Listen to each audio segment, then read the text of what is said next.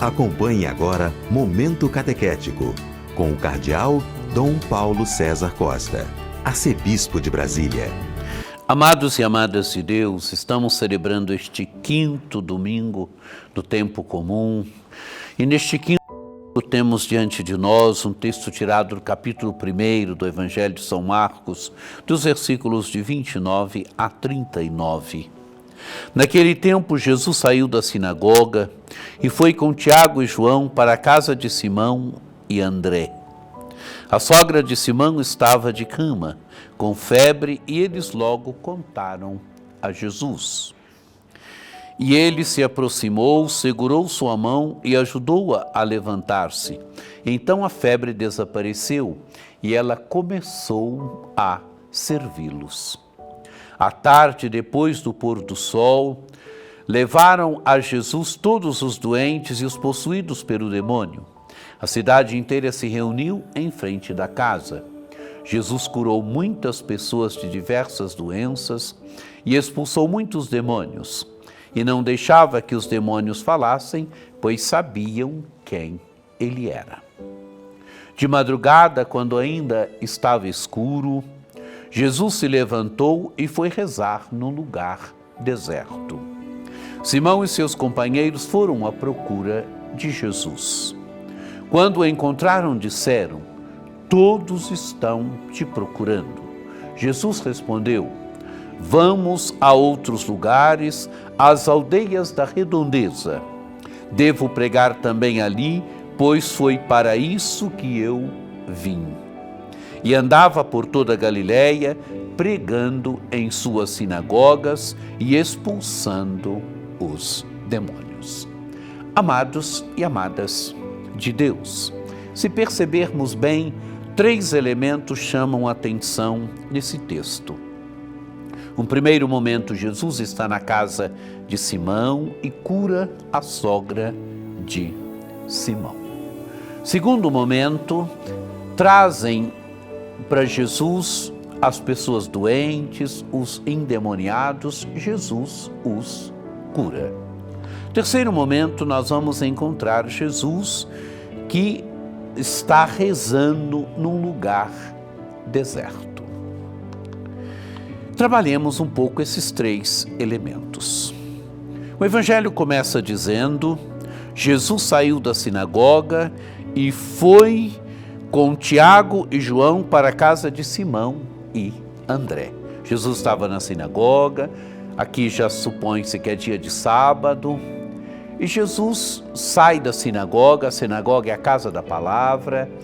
Os judeus se reúnem todos os sábados pela manhã para ouvir a palavra de Deus, para meditar a palavra de Deus. Jesus, como bom judeu, frequentava a sinagoga. Jesus sai da sinagoga e vai para a casa de Simão e André.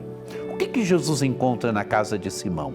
A sogra de Simão, diz o texto do Evangelho, estava de cama com febre. Essa é a situação que Jesus encontra. A sogra de Simão está doente, está de cama, está com febre. E o que faz Jesus? O texto do Evangelho diz: eles logo contaram a Jesus. Ele se aproximou, segurou sua mão e ajudou-a a levantar-se. Então a febre desapareceu e ela começou a servi-los. Amados e amadas de Deus, Jesus cura a sogra de Simão. Jesus a liberta da sua febre. Jesus a liberta da sua doença. Claro que a febre é consequência, a causa é mais profunda. Ela estava doente, uma doença que causava febre. Jesus a liberta. Quando Jesus liberta da febre, quer dizer, Jesus a liberta da sua doença, Jesus a cura. E curada, o que ela faz? Diz o texto do Evangelho, ela começou a servi-los. O Evangelho apresenta, amados e amadas de Deus, alguém que curada serve, alguém que curada se coloca numa posição de serviço. Exemplo para nós hoje. Cada um de nós, no encontro com a palavra de Deus, cada um de nós, no encontro com Jesus, foi curado. A palavra de Deus nos cura. A palavra de Deus nos liberta. A palavra de Deus vai abrindo a nossa vida, vai abrindo o horizonte da nossa vida, da nossa existência. A palavra de Deus nos cura. O encontro com Jesus nos cura. A oração, a Eucaristia, vai sempre nos curando, vai curando tantas coisas em nós. E curados, qual deve ser a atitude da nossa vida? Se colocar numa posição de servir. O ser humano foi feito para servir. O ser humano realiza a vida quando é capaz de doar a vida, quando é capaz de servir. A sogra de Pedro, curada, se coloca numa posição de serviço. Nós hoje também, que experimentamos a cura de Jesus, a libertação de Jesus, também somos chamados a servir. Quem serve, realiza a vida, realiza a existência. Quem serve, se coloca verdadeiramente num segmento livre de Jesus, servidor. O Evangelho continua.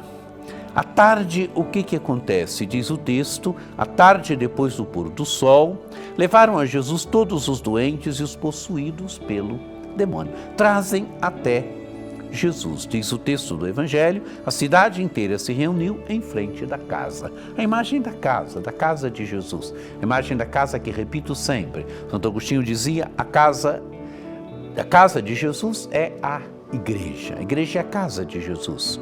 Talvez aqui a imagem da casa um pouco refletisse aquilo que a comunidade cristã de Roma vivia. O Evangelho de São Marcos é escrito para romanos, né? Em Roma tem uma escavação onde se tem uma domus ecclesia, quer dizer, a igreja que se reunia na casa. Aqui Jesus, que tem diante da sua casa a multidão que se reúne em frente à casa de Jesus. E multidão cheia de pessoas doentes, de pessoas endemoniadas. E o que faz Jesus? Diz o texto do Evangelho, e não deixava Jesus, não é? Então, ele cura as pessoas, ele expulsa o demônio. E diz o texto do Evangelho, e não deixava que os demônios falassem, pois sabiam quem ele era. Jesus liberta as pessoas, cura as pessoas. Jesus não é indiferente diante do sofrimento das pessoas, diante das dores das pessoas. Jesus não é indiferente. Jesus as cura. O sofrimento, amados e amadas de Deus, manifesta aquilo que a primeira leitura colocou diante de nós. A primeira leitura, esse texto tirado do livro de Jó, começa dizendo, não é acaso uma luta a vida do homem sobre a terra? Quer dizer, o homem experimenta sobre a terra a sua debilidade. O homem experimenta sobre a terra a sua realidade de ser pó. O homem experimenta sobre a terra, o ser humano experimenta sobre a terra a sua fragilidade, a sua contingência. Às vezes, amados e amadas de Deus, o mundo da ciência, a ciência que graças a Deus é desenvolvida hoje, onde o homem vai à lua, onde a engenharia hoje faz milagres, onde mesmo o humano hoje já existem tantas possibilidades. O grande perigo é às vezes nós nos sentirmos um pouco onipotentes, esquecermos um pouco a nossa fragilidade. O homem é pó, nós viemos do pó, nós somos contingentes, quer dizer, existimos, mas poderíamos não existir. A nossa fragilidade, a nossa condição humana. É sempre sabedoria reconciliar-se com a nossa condição humana. Termos consciência da nossa fragilidade, termos consciência da nossa humanidade. Jesus cura as pessoas, Jesus liberta as pessoas do domínio do demônio. Jesus não é indiferente diante das dores, das angústias, diante do sofrimento do ser humano. E agora, no terceiro momento, nós encontramos Jesus que está rezando. Jesus se levantou e foi rezar num lugar deserto. É de madrugada, Jesus se levantou e foi rezar num lugar deserto. E o que acontece?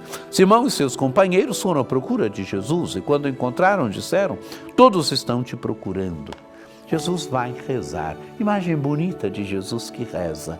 A oração, amados e amadas de Deus, ela nos coloca em sintonia com o mistério eterno do amor de Deus. Rezar é entrar em diálogo profundo com o mistério eterno do amor de Deus.